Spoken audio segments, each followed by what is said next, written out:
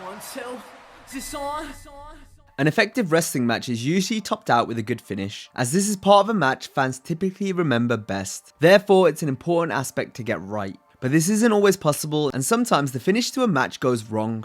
And this could be as a result of the deciding fall being botched or due to the wrestlers and referees messing up. So today, we'll discuss 10 times the finish to a match went wrong. The tag, but instead, he goes for the cover. What? That's it? Really? First, we're going back to a tag match from WWE ECW in 2007, which paired Elijah Burke and Marcus Corvon against CM Punk and Chris Benoit in one of the Rabid Wolverine's final matches. During the bout, Corvon would tag out but still remain in the ring to continue his assault on Punk, and the alpha male would end up staying in the ring past the referee's 5 count, leading to his team being disqualified. This was a rare example in the WWE of the referee shoot DQing someone for blatantly not following the rules. What we've seen during a match. What the hell was it? What happened? Despite this, the 4 wrestlers in the ring continued to work the match as if nothing had happened, with Elijah Burke even tapping out to Benoit's sharpshooter, which was presumably the planned finish. Burke is tapping out, but this matchup is already officially over. Now we'll look at the closing moments to a 6-man tag team match on Raw from the summer of 2003, where Ric Flair, Randy Orton and Triple H took on the Hurricane, Shawn Michaels and Kevin Nash. Here, Randy Orton would capitalize following a pedigree from Triple H to Hurricane. With the leg hooked, referee Earl Hebner would start his count, only to stop after 2. And Orton's hooked the leg. Is the shoulder up? Earl realized his mistake and simply just called for the belt anyway, much to the confusion of JR on commentary. I don't have a damn clue what that call was. Regardless, Evolution were declared the winners despite the odd finish. While Hurricane clearly didn't kick out, our next entries on the list most certainly did. The finish going wrong in a title match is bad enough, but it's even worse when the title change itself gets botched. And this is what happened when Shinsuke Nakamura defended the United States Championship against R-Truth in 2018. The match ended prematurely with Truth getting the victory off a roll-up. However, Nakamura was able to kick out at the last second, but that didn't stop referee Mike Chioda from counting to 3 anyway. The wrestlers continued the action as if it had been a near fall, until Chioda made it clear that the match was over, and R-Truth was the new champ. Slide, and it's Truth. Truth with the cover. What? Well, wait. What?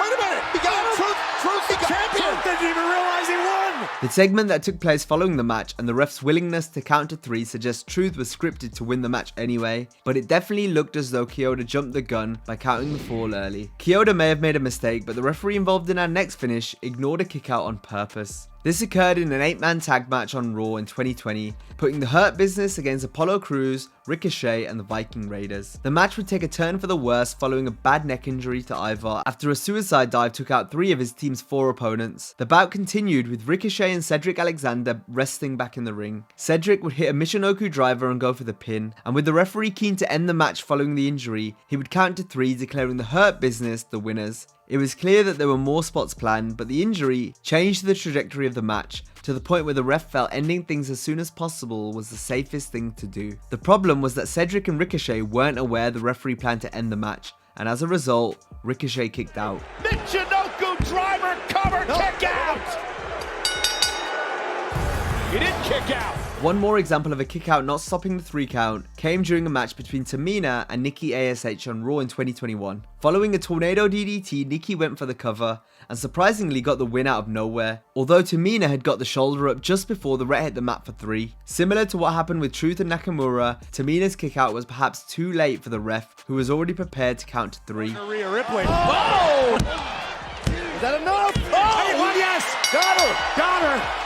Bizarrely though, despite the loss, Tamina's music began to play, and she was announced as the winner. This suggests that she may have been slated to win the match beforehand, which if true, makes the botch finish even more of a botch. Here is your winner, Tamina! So far, we've seen referees count the fall despite the wrestler kicking out before 3. But what about when the wrestler kicks out after 3 instead of at 2? Well, that's what happened when the Rhodes brothers finally squared off in a one-on-one match at Fastlane 2015. The match itself was uneventful until the flat finish, which saw Goldust counter a Crossroads attempt into a crucifix pin. The referee then made his count but would hesitate before counting 3, as he was likely waiting for a kick out that didn't come until after the 3 count was already made. They have him here, shoulders down, and did he get him? Wow, that was so He got him!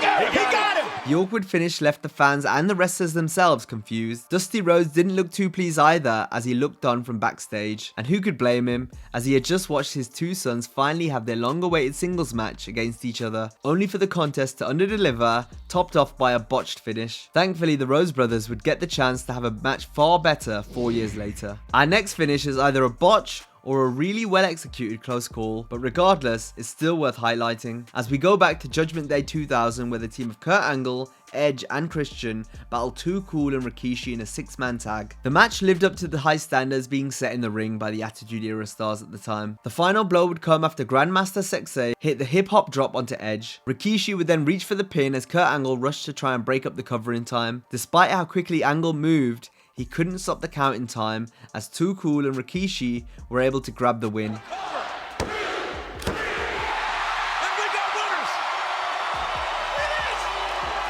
However, the fact that the ending to the match still came off so well suggests Angle's late push into the ring may have been planned. Either way, the finish worked and the match itself was a very good opener to the pay-per-view. A good pay-per-view match was something our next entry on the list was not, as the women of Raw and SmackDown collided in a traditional 5-on-5 Survivor Series elimination match in 2017. Halfway into the match, one of the eliminations was to see Naomi take Alicia Fox out of the match, and this did happen, although not as initially planned. Naomi caught Fox with a sunset flip, which was meant to only get 2, but Fox was unable to get her shoulders off the mat in time. Fox was supposed to kick out so that Naomi could then transition into the FTG lock for the submission. Naomi would still go to do the spot, but in the end, it wasn't required, as Fox had already been eliminated since she failed to kick out of the previous pin. Come on, Foxy! Come on! Did he get... yeah! Nice recovery! No.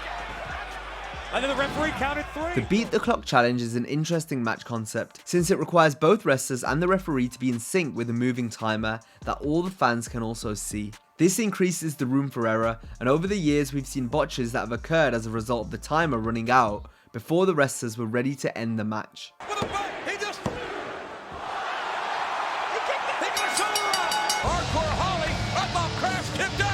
But our example for this video is more of the fault of the referee than the talent. Where is that referee? He was trying to fuck on me. As Big Show and Chris Jericho fought in a Beat the Clock challenge on Raw in 2012. With the clock racing down to 0, the two wrestlers battled it out on the outside. The referee would then begin the 10 count and would do so at a snail's pace. In fact, he even continued counting despite Jericho getting back in the ring, which technically should have broken the count. But instead of restarting from 1, the ref continued his count, but was now taking even longer to do it. The referee ended up taking so long that the 10 count to finish the match actually occurred after the buzzer went off at 0. Jericho back into the ring!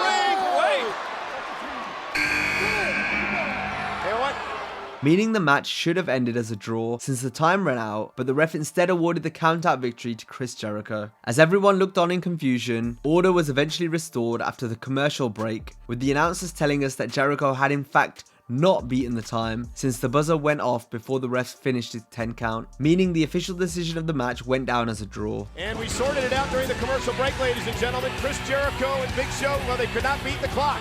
Miz still has established the time to beat here. This made the referee's decision to finish his 10 count even stranger, since he had already been counting so slowly anyway. No one would have batted an eye had he taken an extra second longer. All in all, it took the ref 29 seconds to count to 10. It's fair to say that it was the clock that beat him. Finally, we're going to look at another case of the right person winning, but doing so in a botched manner. And this occurred on Raw in 2016 when Bayley fought Dana Brooke. To end the match, Brooke would shove Bayley into the post and then drag her back into the ring to make the cover. Brooke was supposed to get her feet on the ropes and cheat to win, but by the time she hooked Bayley's leg for the pin, Dana was too far away from the ropes and instead ended up pinning her opponent cleanly. Go!